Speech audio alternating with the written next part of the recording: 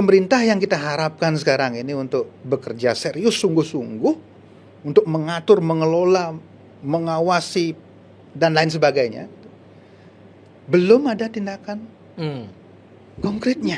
Gitu. Kalau kata netizen, kita butuh sosok Deddy Mulyadi. Gitu. Iya kan? Tangkap itu Pak Deddy Mulyadi. Saya kira tangkap apa? Bawa ke Bali. Masih autopilot bilang Iya, di Bali ini seperti tidak punya pemimpin gitu kan. Karena memang kenyataannya begitu Kenyataan kan. Pak Dek pun merasa begitu ya. Kalau memang di Bali ini ya beliau Erwin yang kira apa sih yang tidak ada gitu ya. Sebenarnya banyak sekali orang-orang hebat di Bali ini. Banyak sekali, tetapi yang bersih ini yang sulit mencari gitu. Ya. Kemarin itu fenomenanya bulan Maret itu mestinya kita kan panen ya. Nah, panen tuh banyak sekali pengusaha-pengusaha. Tiang juga kan ada di Kadin, ada di ini juga. Teman-teman bilang, Pak, nah seperti tahun-tahun sebelumnya, malah justru lebih bagus pada saat periode Covid loh pendapatan kami. Kok bisa gitu?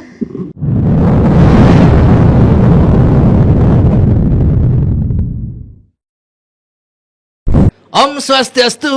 Om Swastiastu. Apa kabar Bapak Kadek Adnyana? Sehat. Ini kali kedua Pak Dek ya? Iya, betul. Oh. Jadi yang semeton Jak Bali yang masih ingat, Bapak Kadek Adnyana ini ketua Bali Villa Rental and Management Association. Atau BVRMA. Betul.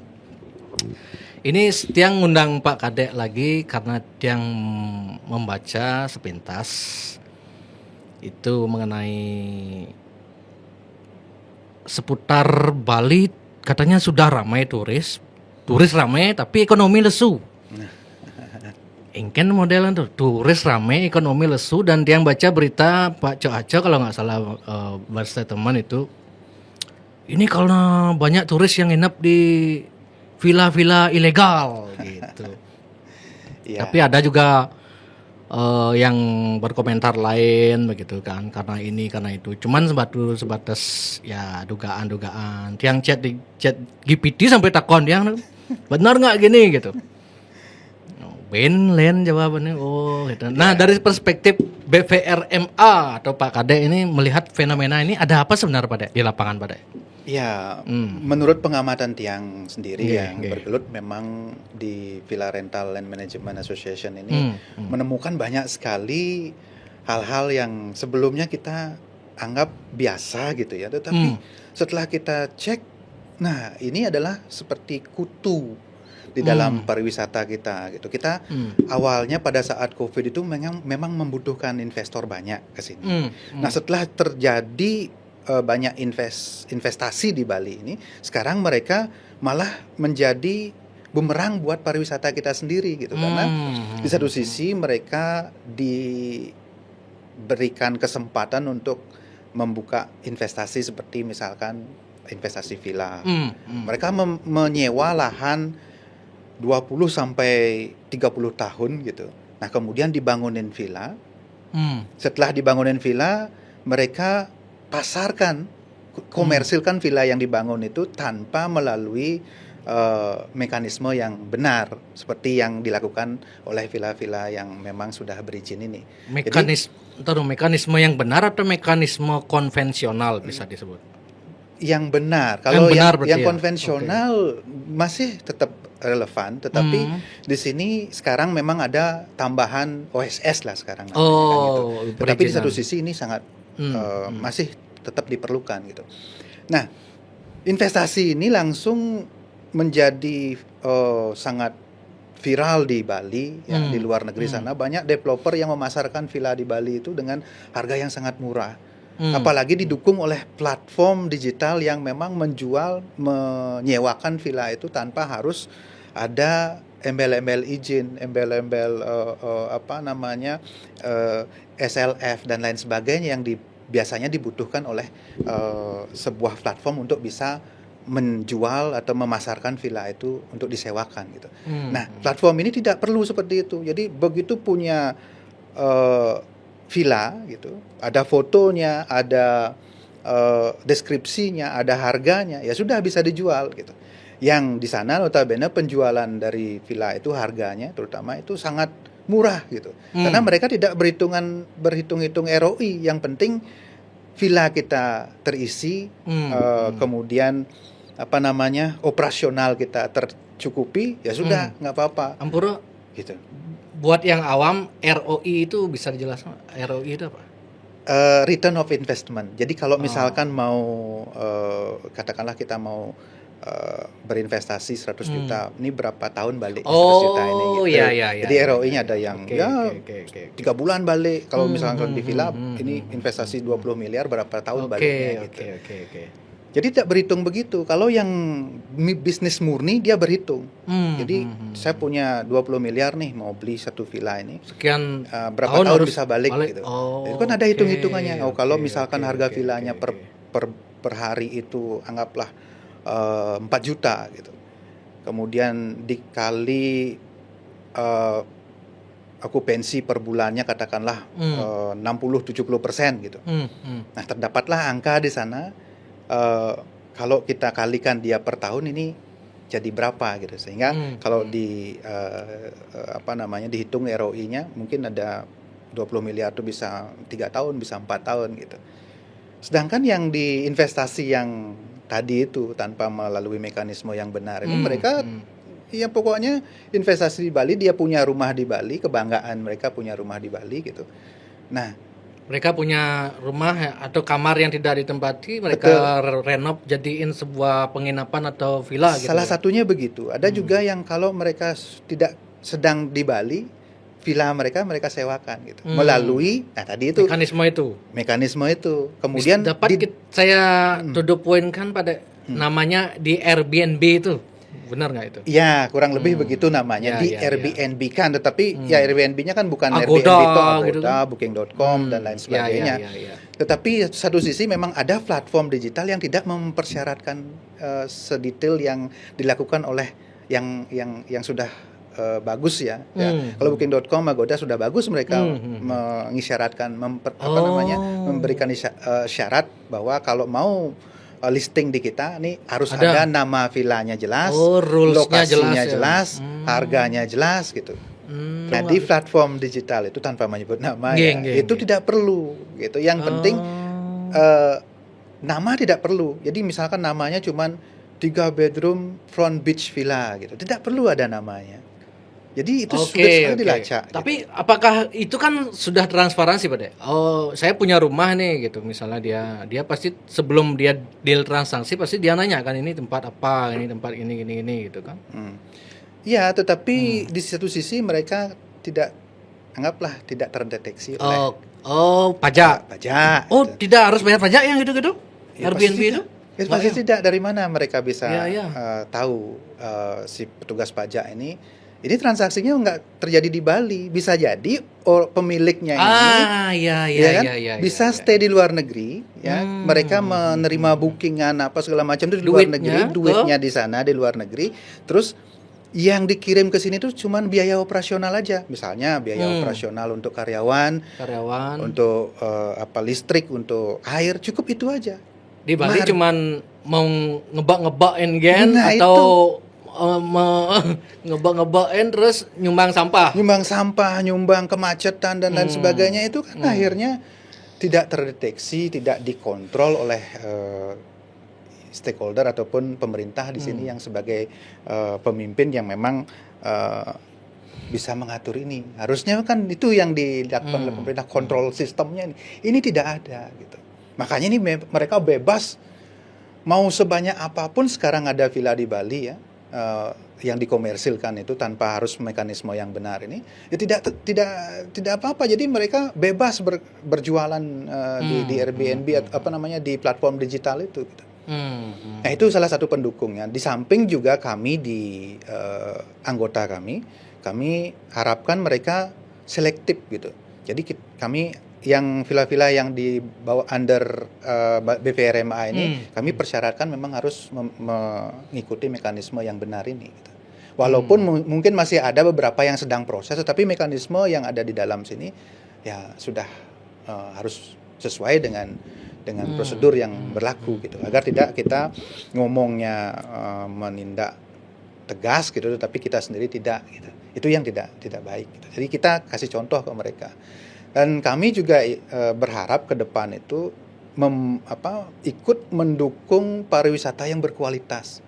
Kalau sekarang misalkan tidak dilakukan penataan, penertiban dan pengawasan yang ketat ini, takutnya nanti kan terjadi lagi kasus-kasus seperti sebelumnya. Ada villa yang dijadikan pabrik narkoba, ada yang villa yang dijadikan tempat prostitusi misalkan gitu. Ada banyak lagi hal-hal yang tidak terkontrol yang terjadi di dalam villa, private villa itu, karena memang orang lain yang selain penghuni di sana kan tidak boleh masuk ke dalam, karena namanya private villa. Beda kalau dengan hotel gitu kan, atau villa kompleks tuh beda banget.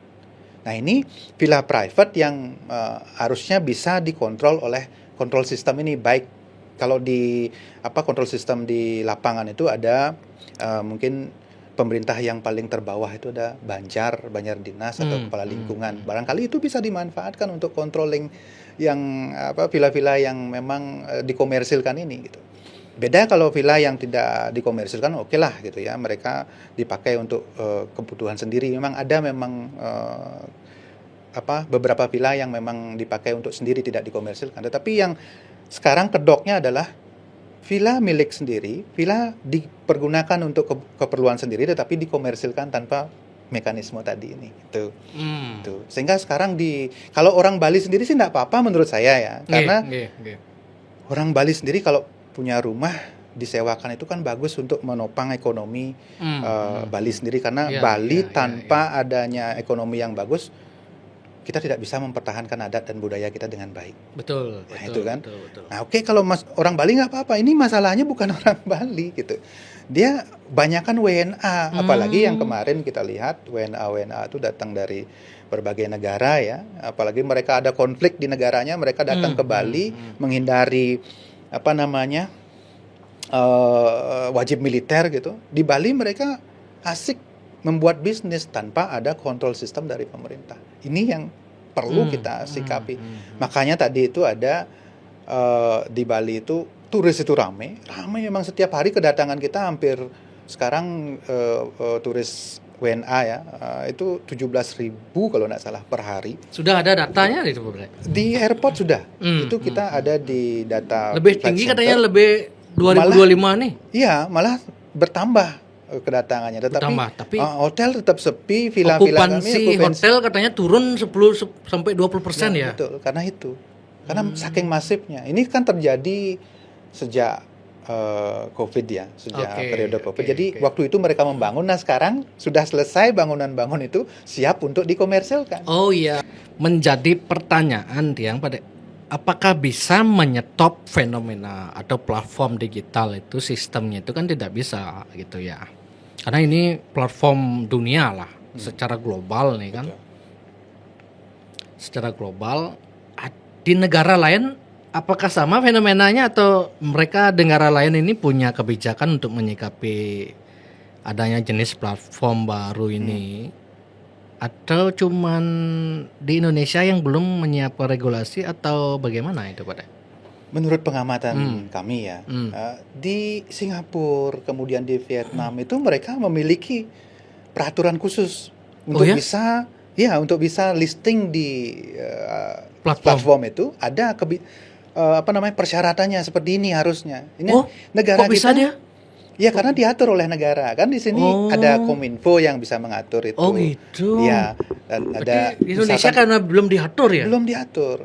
Karena kan di Indonesia ini pariwisata kan baru di Bali saja yang masih booming ya, WNA itu kan masih di Bali saja yang paling banyak. Dan ini belum disikapi oleh pemerintah. Sebetulnya ini mesti Bali ini seperti kalau memang seperti awalnya One Island Management itu bisa dilakukan, ini sangat strategik sekali sebetulnya. Dan di satu sisi pemerintah kehilangan banyak sekali peluang untuk otomatis kalau okupansi turun, PAD-nya pasti ikut turun juga pasti pasti turun. kan. Karena mereka yang di luar sini yang katakanlah tanda kutip ilegal ini tidak membayar pajak. Dari mana mereka bisa mendapatkan pemerintah ini mendapatkan income kan gitu. Kalau dari perspektif orang bisnis kan oke lah, dia kalau tidak ada regulasi ya salah lo lah. Gue memanfaatkan kebobrokan di sistem negara lo kan, gue mau memanfaatkan itu, sekarang gue mau berbisnis. Ya jangan salahkan kami karena you tidak mengatur negaramu sendiri. Kan gitu jadinya. Itu yang terjadi Perspektif otak sekarang. bisnis kan begitu kan? Betul. Karena tidak adanya orang salah nggak ditegur. Ya Pasti mereka merasa tidak salah gitu. Di satu sisi mungkin mereka merasa benar karena tidak memiliki informasi yang komplit. Mungkin mereka juga tidak tahu gitu ya. Iya, dengan memiliki OSS-nya mereka pikir mereka cukup gitu. Tapi di satu sisi di sini kan banyak regulasi yang harus dilewati. Kalau yang konvensional seperti tadi itu ada pondok wisata gitu dan lain sebagainya. Kan sekarang ini paling tidak memiliki NIB lah. Itu kan. Kemudian ya yang kami sesalkan di sini adalah tidak adanya pengawasan tadi. Penertiban pengawasan itu tidak terjadi gitu. Sehingga kami yang sudah resmi, yang sudah berizin, kemudian melengkapi segala sesuatunya, malah kami yang diobok-obok gitu.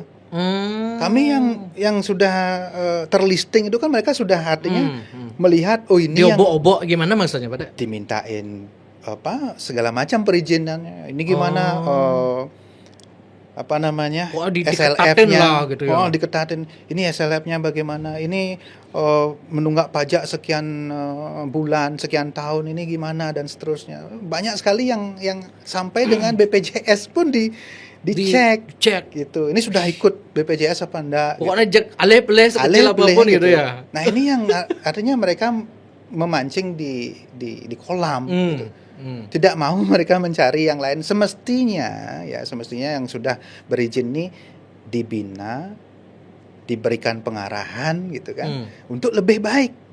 Kemudian yang belum masuk ke sistem ini, kan ada kalau di Bali itu ada asosiasi yang memang menaungi lah paling tidak manajemen atau villa-villa yang ada di lapangan ini untuk ikut asosiasi atau ikut manajemen gitu, sehingga pengelolaan villa, pengelolaan kamar, pelayanan dan lain sebagainya itu betul-betul mengikuti standar, sehingga quality tourism tercipta di situ. Kemudian di sisi pemerintah PAD juga masuk kan gitu. Nah, ini tidak terjadi, makanya yang sudah berizin diobok-obok, yang belum jelas katakan demikian, ini masih dibiarkan merajalela gitu ya. Jadi mereka tidak terkontrol. Kemudian kepala lingkungan juga tidak memiliki kewenangan untuk mengatur itu, tidak diberikan instruksi gitu. Itu kan ya, di satu sisi pemerintah rugi, pebisnis rugi, semua dirugikan gitu sebenarnya. Ya. Nah, ini kan ada juga kaitannya dengan kualitas wisatawan yang katanya sekarang sudah berubah datang, atau tren mungkin wisatawan datang ke Bali yang sekarang kebanyakan mungkin digital nomad atau backpacker gitu otomatis, dan mereka turis-turis yang dalam tanda kutip relatif miskin lah atau tidak banyak duitnya. Pasti mereka kan nyari tempat hunian yang murah kan gitu. Betul. Nah, otomatis apakah mereka harus tinggal di tempat yang mahal itu? Tidak mesti, karena mereka sudah ada grade-grade-nya ya. Termasuk cost pun sebenarnya fine-fine aja. Yang terpenting itu adalah pengaturan ini yang tidak ada pada ya. Tidak ada. Jadi apa yang mereka lakukan di sini itu tidak diawasi. Kemudian apa yang harusnya mereka lakukan di sini tidak diatur juga secara hukum itu. Yang berhak mengatur itu bupati, wali kota, gubernur, atau menteri atau presidennya? Semuanya. Semuanya, karena menurut yang tuh semuanya kan harus ada yang membuat payung hukum, harus ada yang di bawah itu mengeksekusi gitu. Kalau eksekusi tanpa payung hukum ini pasti tidak bagus dia, tidak jadi kesewenang-wenang gitu kan.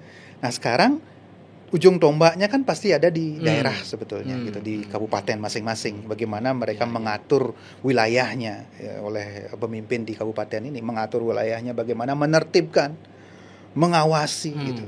Kemudian nanti lakukan pembinaan gitu. Sehingga setelah penertiban, pengawasan dan pembinaan dilakukan, maka ini kan terjadi keteraturan. Kalau sudah teratur semuanya, pasti quality tourism itu pasti tercipta gitu. Kemudian kesemrawutan itu paling tidak bisa diatasi lah sedikit.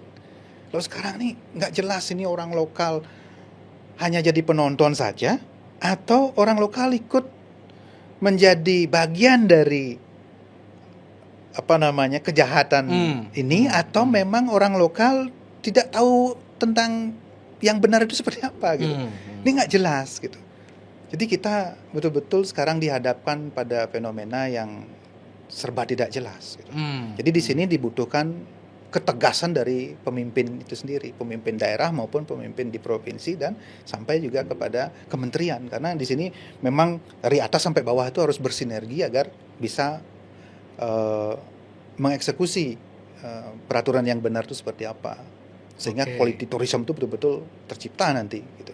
Ini selalu menurut PHRI itu penyebab biang keroknya itu villa ini karena villa ilegal gitu Pak. Maksudnya villa ilegal, villa yang memang benar-benar villa, tapi dia tidak mengurus izin, atau yang seperti kita bahas tadi itu? Gitu. Ya seperti yang kita bahas tadi. Oh itu maksudnya. Itu maksudnya villa ilegal. Jadi villa yang sebelumnya hanya diperuntukkan untuk rumah tinggal gitu. Ternyata bisa jadi perumahan ya. Dijadikan, dikomersilkan gitu, dijadikan bisnis, lahan bisnis gitu. Ini kan rumah tinggal, misalnya di satu lingkungan itu ada rumah tinggal katakanlah 50 gitu. Tidak disewakan, ya tidak disewakan. Pasti begitu ngakunya. Tetapi nyatanya mereka sewakan gitu. Nah, setelah ditanya, tuh kan disewakan gitu. Enggak, itu orang keluarga kami yang datang gitu. Oh. Ya kan begitu alasannya. Atau cara dirago di Bali kan, semeton Bali gitu. Betul. Ya semeton raga deh gitu kan. Tapi ya mayah di negara raga gitu. Itu. Tapi fenomenanya ini karena saya juga baca berita kan, karena villa ilegal, karena turis-turis yang datang ke Bali banyak juga yang milih kos harian atau mingguan, 1 minggu gue kos daripada gue nyewa villa mahal, akhirnya kos. Itu yang terjadi mungkin pada ya? Kesempatan itu ada kan karena informasi ini informasi keterbukaan ini tersebar karena memang kondisinya begitu. Kenapa juga kos-kosan di daerah katakan Canggu, Ubud itu mahal ya karena pesaingnya itu mendingan kita kasih kos orang asing dengan harga 2 juta per bulan ketimbang orang lokal 500.000. Orang lokal sulit sekali mencari kos di daerah-daerah ini kan. Itu salah satu which is okay lah seperti itu saya kira. Kalau masih penduduk lokal saya kira fine aja gitu. Yang perlu sekarang yang masif itu kan yang bukan orang Indonesia gitu. Jadi yang mereka, kalau kita ke negara mereka tuh sangat ketat sekali. Ketat ya. Wih, jangankan bisa berbisnis, kita membeli barang aja sangat ketat di sana. Kita mau merokok aja nggak bisa seperti Singapura gitu. Tapi kenapa mereka datang ke Bali, datang ke Indonesia begitu bebasnya gitu. Termasuk membuat bisnis pun bebas. Kan kita lihat fenomenanya tuh sampai ke pekerjaan yang seharusnya dilakukan oleh orang lokal itu diambil oleh WNA. Misalnya menyewakan sepeda motor. Itu yang kecil-kecil. Kalau di menyewakan villa itu sangat masif sekali. Makanya kami membuat asosiasi ini salah satunya untuk memerangi mereka ini agar mereka tidak secara bebas bekerja di sini tanpa ada pengawasan gitu. Kami yang dirugikan, yang sudah resmi ini dirugikan, yang sudah berpayung hukum ini dirugikan oleh mereka. Akhirnya apa? Kami jadi sepi. Ingin masuk ke kami. Saya ingin pastikan villa ilegal ini bisa dipungut atau enggak sih pajaknya gitu? Ya, apa dasar hukumnya memungut pajak? Ada juga saya dengar tetap ada yang dipungut. Nah kalau dipungut itu berarti tidak masuk kas negara. Itu pasti. Payung hukumnya nggak ada. Kalau misalnya dipungut oleh kas negara kan jelas tuh ada NIB-nya. Berapa dipungut kan masuk ke sana. ada NPWPD-nya gitu. Jelas dia sudah ada peraturannya gitu. Nah, kalau mereka ilegal sekarang ngakunya dipungut, berarti tanda kutip itu oknum masuk itu. ke oknum berarti. Berarti kalau memang begitu, semakin banyak villa ilegal, semakin sugih oknumnya gitu. Gitu. Kan katanya kan di Indonesia ini ada pepatah dalam ketidakteraturan di sanalah semua bisa diatur gitu kan. Dalam keteraturan tidak ada yang bisa diatur gitu. Betul, kita berkaca lah ke negara-negara jangan-jangan memang sengaja dibiarkan ini yang tidak berizin ini mahpang balik modal jangan dan pesupis politik gitu misalnya. Jangan dugaan siapa tahu mudah-mudahan tidak benar ini kan. Mudah-mudahan tidak begitu. Kalau memang tidak begitu ya mohonlah diatur kan begitu Betul.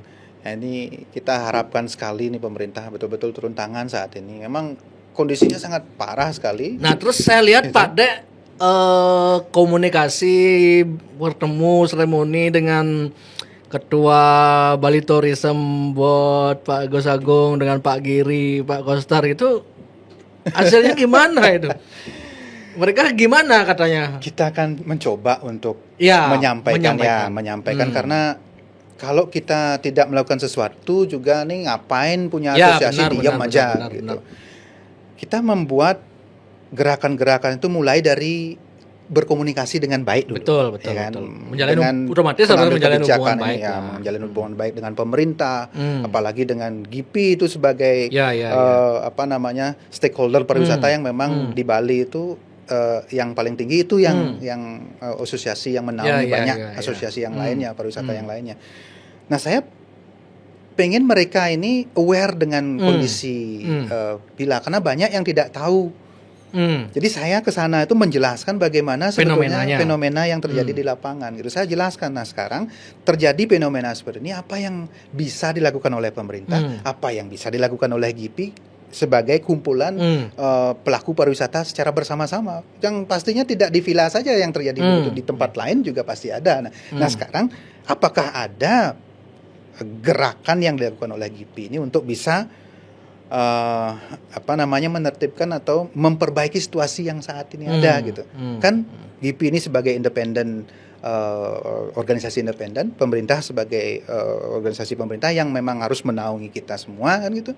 Nah, sekarang yang independen ini melakukan apa, yang pemerintah melakukan apa. Kemudian lakukan itu dengan konkret gitu. Jangan hanya SE saja, jangan hanya peraturan-peraturan saja, law enforcement-nya tidak ada. Jangan hanya seremonial gitu. Banyak sana sini rapat. Law enforcement-nya yang paling penting kan.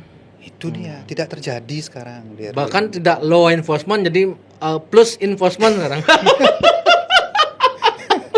Kalau yang itu memang aturan yang dulu aja tidak dijalankan jadi ben nama aturan. Jadi rumit, makanya Kades mungkin itu yang buat Kades pariwisata Bali mundur apa dipecat atau gimana? Ya kebetulan beliau sudah emang pensiun ya? Pensiun. Sekarang katanya yang baru akan. Mudah-mudahan dengan Kades muda yang lebih muda ini semangatnya lebih bagus, semangatnya lebih mantap untuk kita ajak bersama-sama berjuang untuk membuat pariwisata Bali ini lebih baik. Gitu. Jangan sampai seperti sekarang ini dibiarkan ibaratnya seperti yang Tiang bilang itu angsa bertelur emas ini.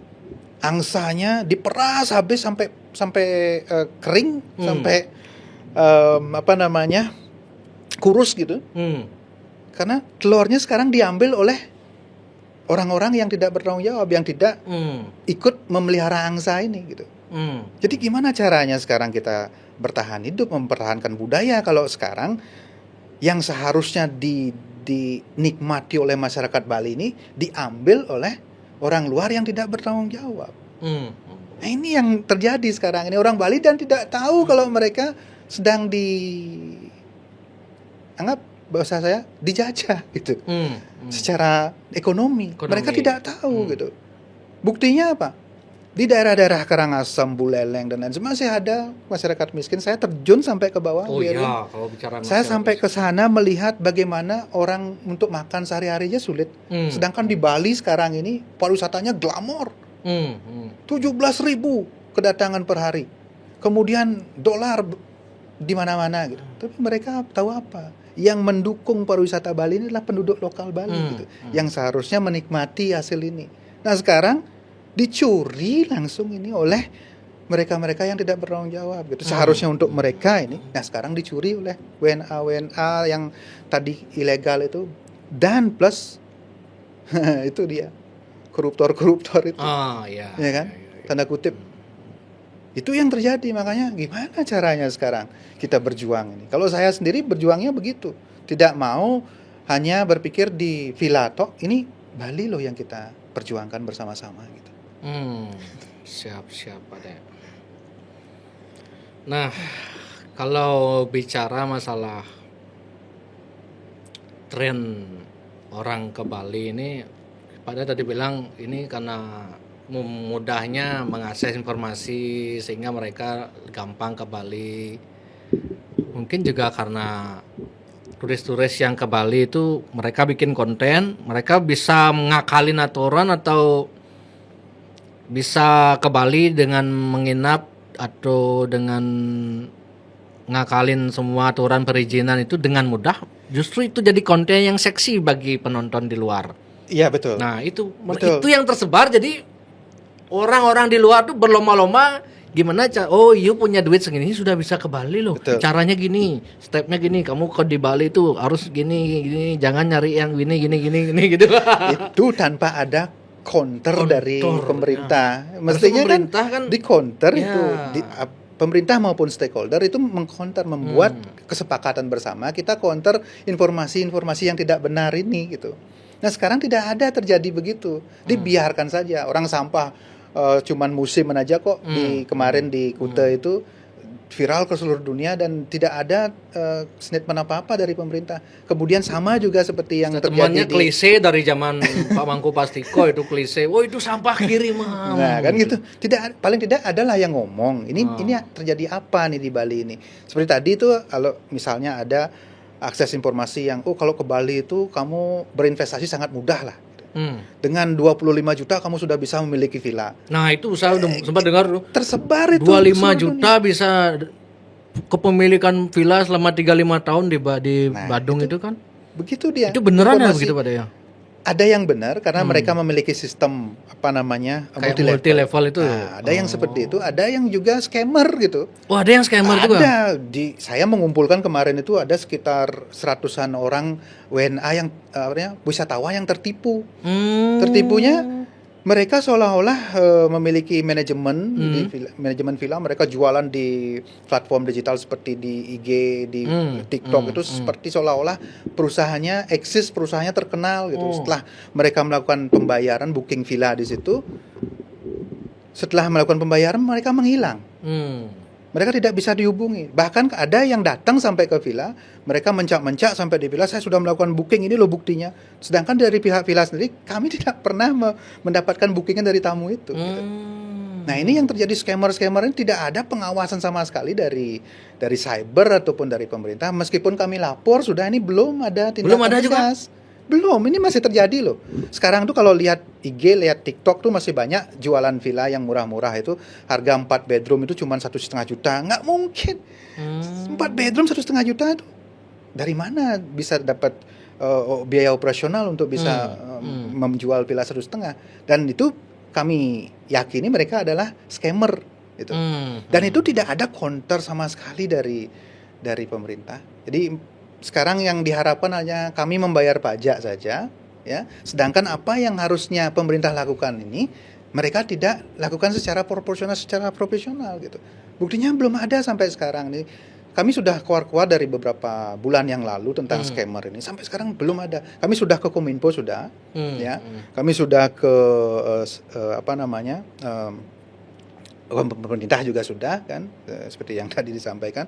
Nah ini masih proses katanya gitu. Nah sekarang entah bagaimana nanti nasib kami ini, apakah pariwisata Bali ini masih dikatakan bisa aman, karena pilar dari pariwisata itu kan sabta pesona itu, kebersihan, keamanan, kenyamanan itu harusnya ada. Nah, itu udah nggak terjadi. Kebersihan sudah enggak, aman sudah enggak, keamanan sudah rusuh aja itu. Apalagi yang diharapkan oleh wisatawan itu? Macet parah. Nah sekarang ini bagaimana sekarang kalau kita sendiri sebagai wisatawan misalkan datang ke Bali, apa yang kita harapkan di Bali ini? Kalau sudah seperti itu fenomenanya. Nah sekarang pemerintah yang kita harapkan sekarang ini untuk bekerja serius sungguh-sungguh untuk mengatur, mengelola, mengawasi dan lain sebagainya, belum ada tindakan konkretnya. Gitu. Kalau kata netizen kita butuh sosok Deddy Mulyadi. Gitu. Iya, tangkap itu Pak Deddy Mulyadi. Saya kira tangkap apa? Bawa ke Bali. Kami butuh pemimpin yang seperti ini di Bali. Aduh, Pak Koster banding-banding aja Deddy Mulyadi ini aja. Kita harapkan kan seperti itu ya, Erwin. Jadi bagaimana Pak Koster jangan baper juga. Artinya kan netizen ya biasa lah itu berkomentar gitu kan. Wajar kritik untuk membangun itu kan wajar gitu. Dia ngirim link ke Pak Koster niki Pak Koster podcast. Oh, tujuannya kan biar Pak Koster nonton. Podcast Jak Bali semakin tidak bermutu gitu. Tuh, siapa Pak Koster? Memang tidak bermutu Jak Bali ini Pak Koster. Nah, jangan begitu kan, namanya orang kritis itu harus selalu ada. Orang-orang seperti beliau ini harus tetap dipertahankan ini. Kalau gitu semua manut-manut aja iya saja. Ya gimana dong nasib kita kan gitu. Semuanya sudah diatur. Nih dikondisikan. Dianggap masih autopilot bilang di Bali ini seperti tidak punya pemimpin gitu kan. Karena memang kenyataannya begitu. Kenyataan. Pak Dek pun merasa begitu ya. Kalau memang sudah ada dari dulu kan sudah bagus ini. Ini nyatanya dari dulu ceritanya hampir sama gitu. Apakah pemerintah bingung atau gimana caranya? Nggak ngerti juga gitu. Kok tindakan konkret ini nggak jelas? Oke, kita kasih masukan lah. Ya. Anggaplah saya jadi Pak Koster atau Pak Giri atau pemimpin lah gitu. Apa yang step pertama yang harus saya lakukan pada itu misalnya? Menurut kami ya kalau di tadi permasalahan tadi ini, turun ke lapangan, lakukan sidak. Sidak ini bukan langsung menutup begitu saja, enggak, kasih dia peringatan dulu. Sidak. Oh, data lah dulu ya. Data dulu, datangi dulu nih perumahan villa-villa yang dikatakan tadi katanya tidak berizin. Nah, paling tidak yang di luar asosiasi lah dulu. Biar bisa mengatur atau kalau memang tidak bisa diatur ya baru. Ya itu dia. Okay. Kan itu kita sidak dulu, kita data dulu nih apa ini. Apakah kadang-kadang kan ada yang sudah di jalur hijau gitu dan lain sebagainya. Ya sudah kadung terbangun ya mau apa lagi itu gitu. Salah siapa ya kalau memang di jalur yang tidak banyak pasti itu. Kompleks lah ya. Itu kompleks sekali itu. Menurut Tiang ya, sudahlah biarkan begitu. Sekarang yang masih misalkan di jalur hijau kita bina sekarang. Kamu sudah salah ya. Sekarang ini yang kamu harus lakukan ini 1, 2, 3, 4, 5. Kamu harus lengkapi ini. Oke. Saya kasih waktu sekian bulan. Saya sebagai owner villa yang itu, lah kan sudah saya kasih dulu Pak. Itu nggak ruwet Pak. Kita kan udah setor dulu Pak. Gimana itu Pak gitu. Nah itu ngeruat. Iya, itu sulit kalau begitu. Lingkaran setan.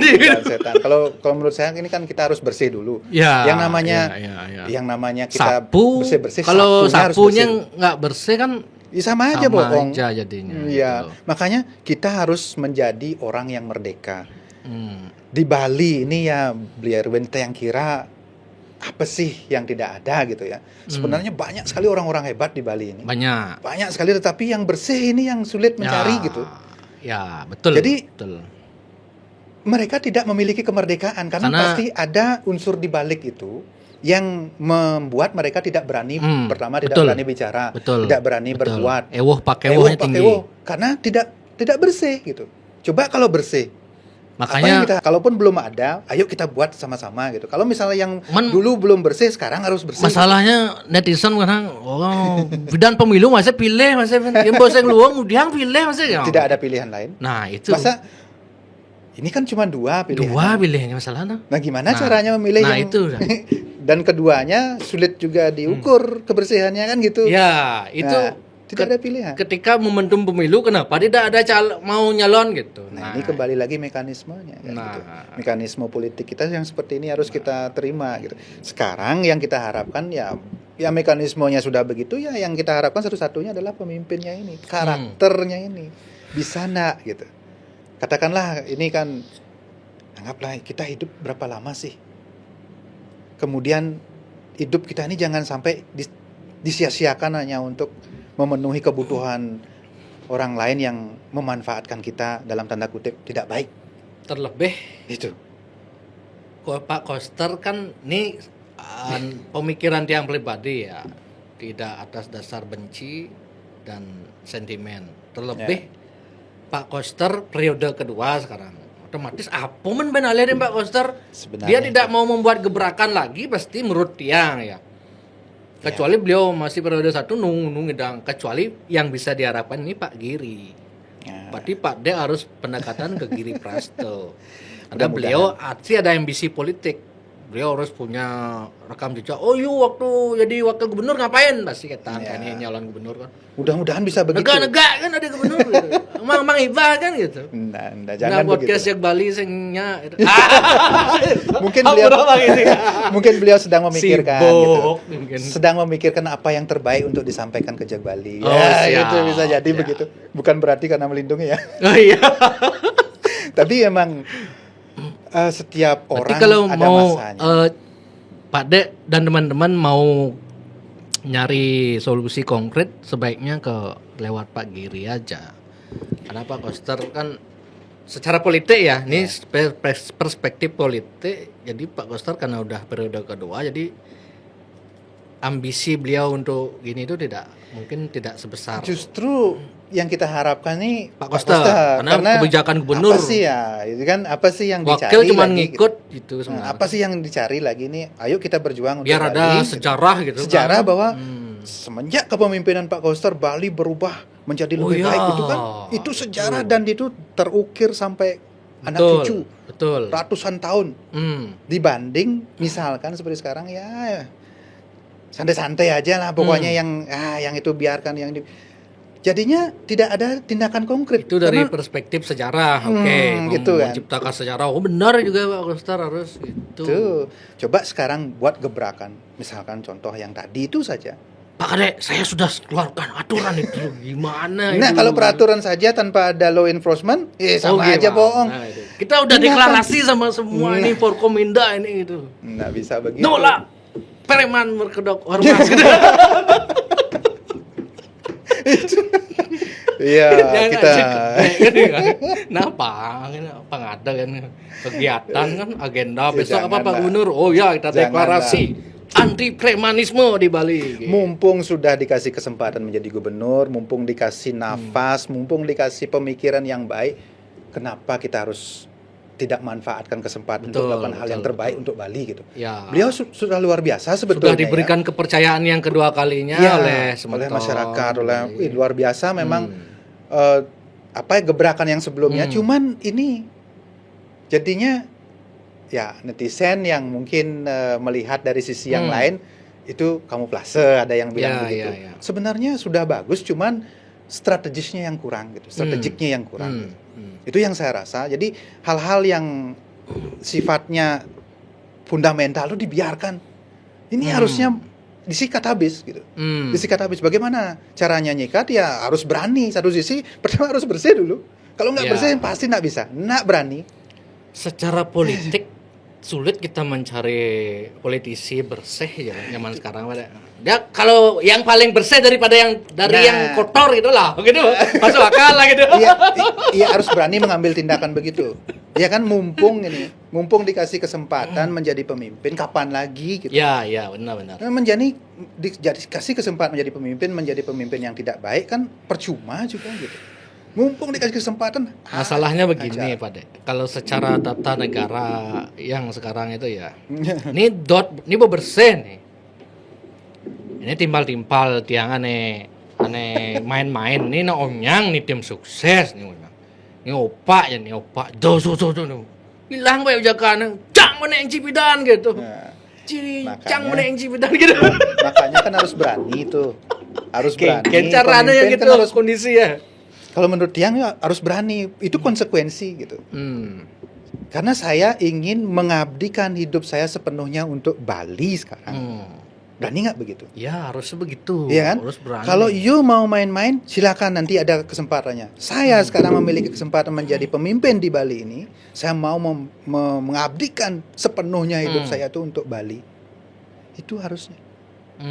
Berani nggak begitu gitu? Harusnya kalaupun saya harus mati besok untuk mempertahankan tanah Bali, untuk mempertahankan Bali ini, saya akan siap. Berani nggak begitu? Harusnya begitu. Malulah kita sama pahlawan-pahlawan kita gitu. Kalau sudah mau misalkan begitu pemimpin kita, itu dikenang ratusan tahun.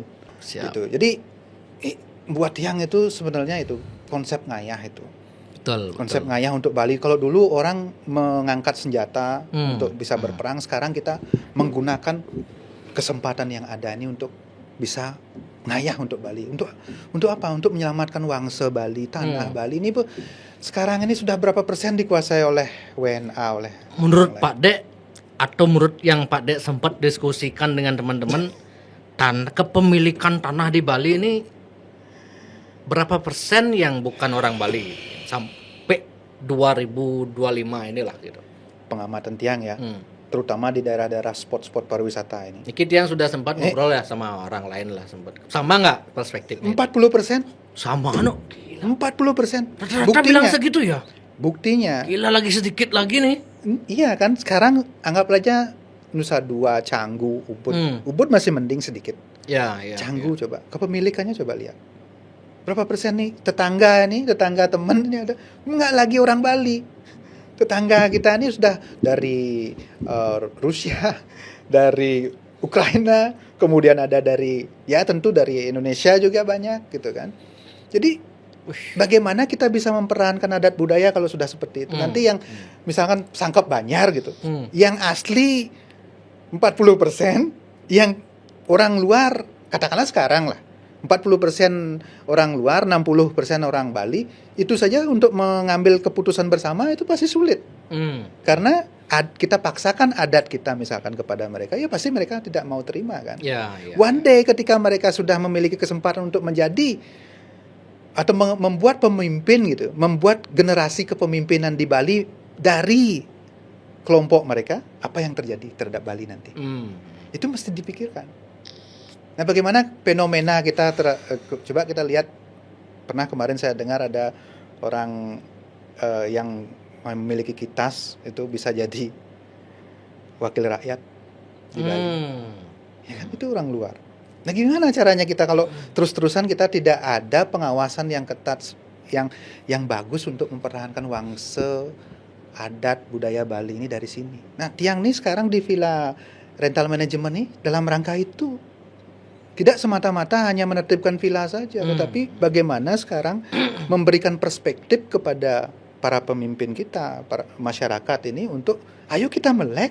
Ini loh yang terjadi di Bali sekarang ini. Kita bukan lagi permasalahannya ekonomi saja, tetapi sekarang sudah masuk ke ranah itu sosial.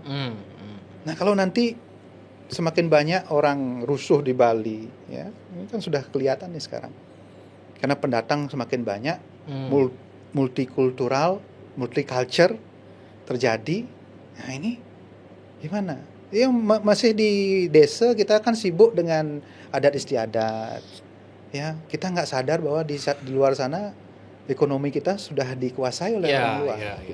Nah, itu dalam langkah yang seperti itu, which is okay, mungkin wajar ya. Tetapi sekarang ini para pemimpin Bali mesti melek bagaimana kita bisa mempertahankan Bali ini tanpa artinya mengurangi berbagai hal yang bisa mengancam eksistensi Bali itu sendiri gitu. Nah, jadi kamu satuan ya gitu. Padahal masalahnya di villa aja nih.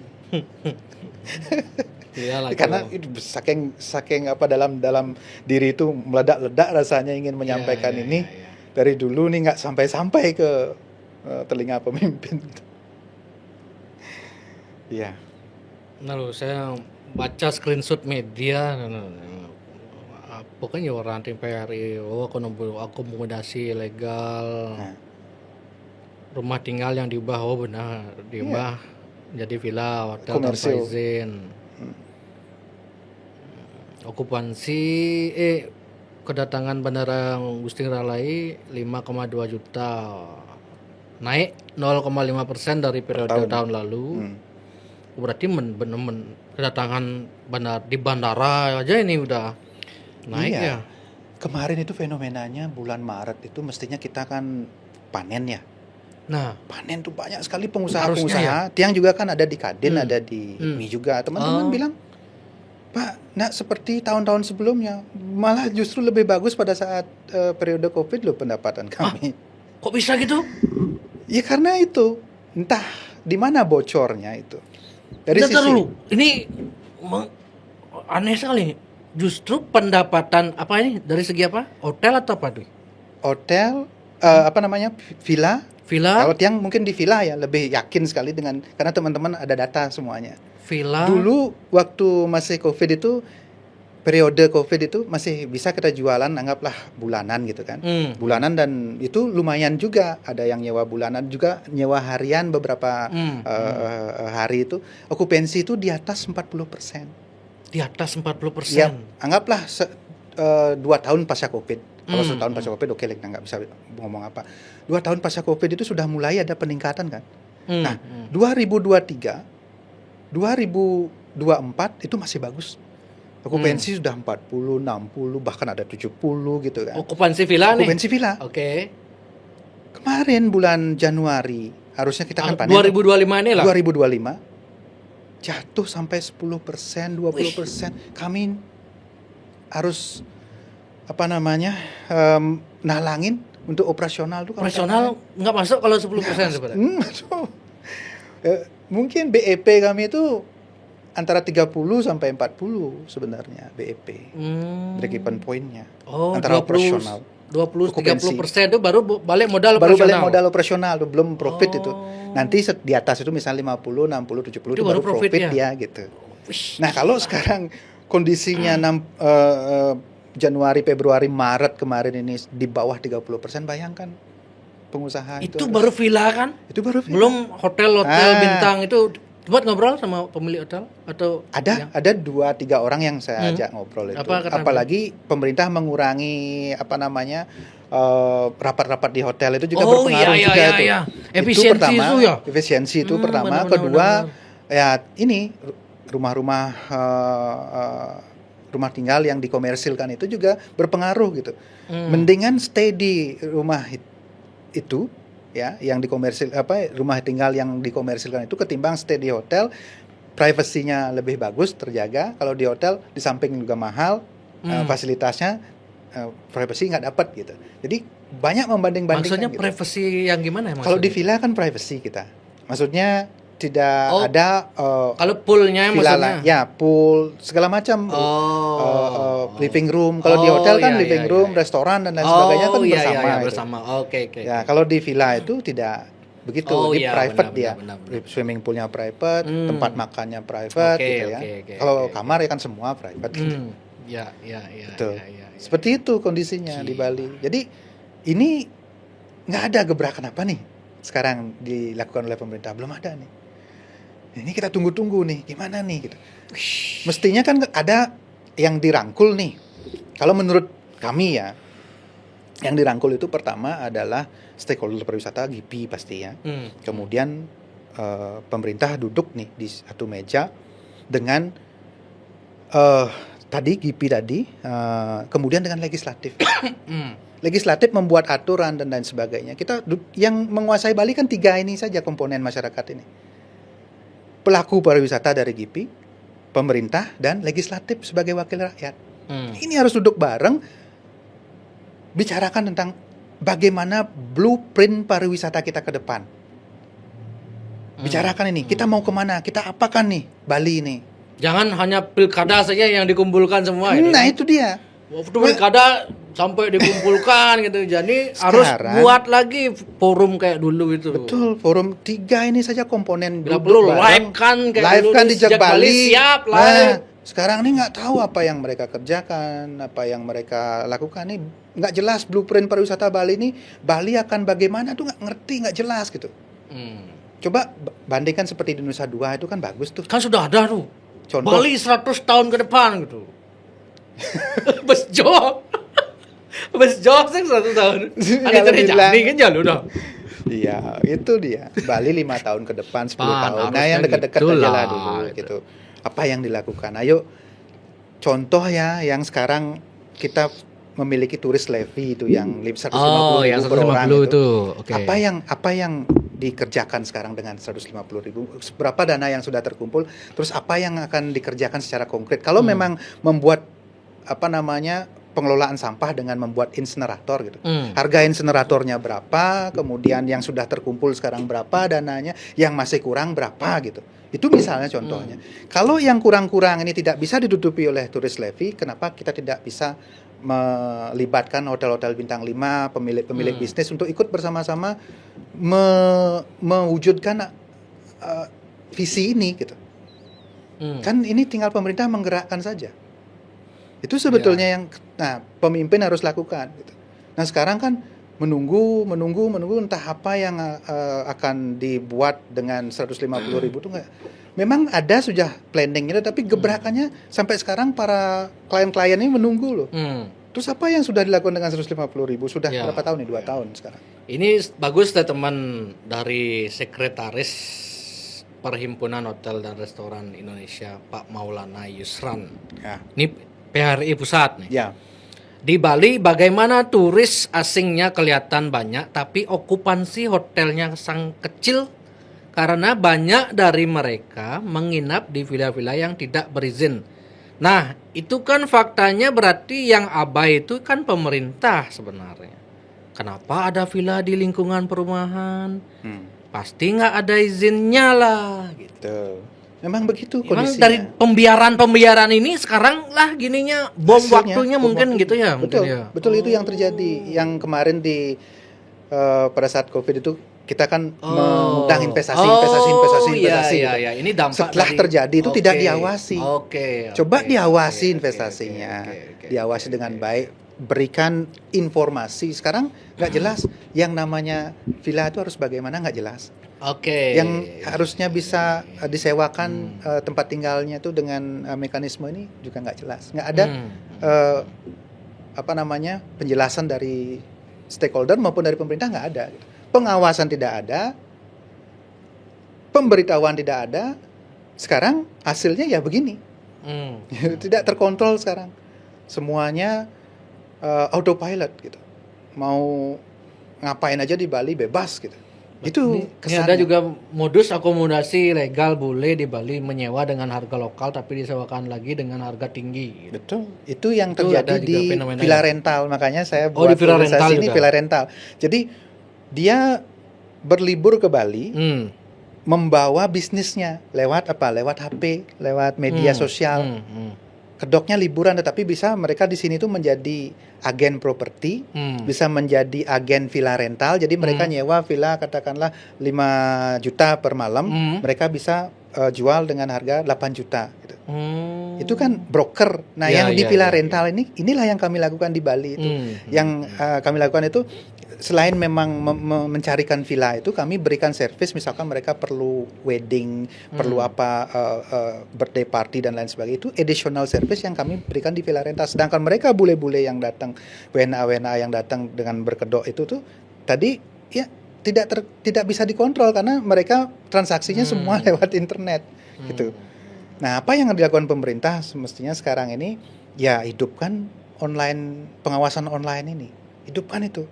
Sekarang mungkin dulu tidak ada karena perkembangan zaman, ini mesti dibuat sekarang gitu. Karena banyak transaksi yang terjadi di situ, di online itu.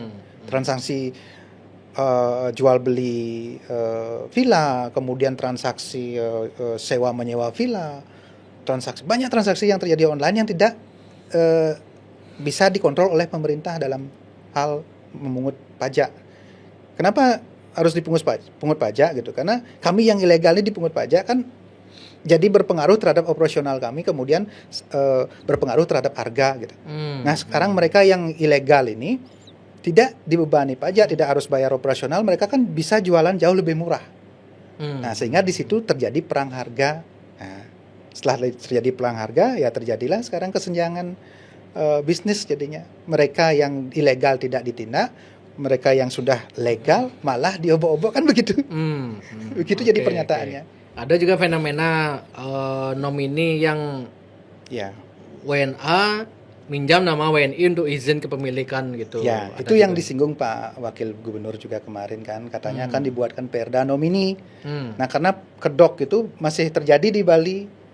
Jadi mereka menyewa, menggaji orang lokal gitu untuk dijadikan sebagai meminjam nama lah gitu. Ada juga yang modus mengawini orang lokal. Kalau itu udah dari dulu itu kan dikawinkan gitu. Iya kan, bisa begitu. Jadi banyak modusnya. Jadi karena disitulah kebocoran-kebocoran yang mestinya sekarang disikapi oleh pemerintah untuk dicarikan solusinya. Gitu. Kalau dulu tidak ada begitu, sekarang karena zamannya sudah berubah, peraturan cara eksekusinya juga harus berubah, gitu, mengikuti zaman yang sekarang. Gitu. Ini juga ada data menarik ini dari PHRI pusat, dilihat dari data DPM PTSP ini perizinan kayaknya ini. Perizinan Bali yang menyebut pada 2023 pembangunan hotel yang tren tinggi. Tapi 2024 beralih pembangunan perumahan yang tinggi gitu. Betul. Ya itu tadi karena masifnya marketing developer itu masif dengan cara tadi itu 25 juta saja bisa memiliki rumah, why not gitu. Dan itu tidak terkontrol itu marketing seperti itu, dan banyak sekali dan bebas mereka menjual tanah Bali itu dengan cara begitu gitu. Jadi mereka sewa 30 tahun, mereka bangunin rumah dengan embel-embel seperti tadi itu. 25 juta Anda bisa memiliki rumah mewah di Bali. Dengan cara seperti ini, dan masif sekali. Nah setelah mereka datang dan bertransaksi, diberikanlah kemudahan tadi itu, Anda bisa menyewakan villa ini kalau Anda tidak sedang stay di Bali, dan itu bisa menghasilkan banyak cuan kan begitu. Itu yang terjadi dan itu salah satu penyebabnya.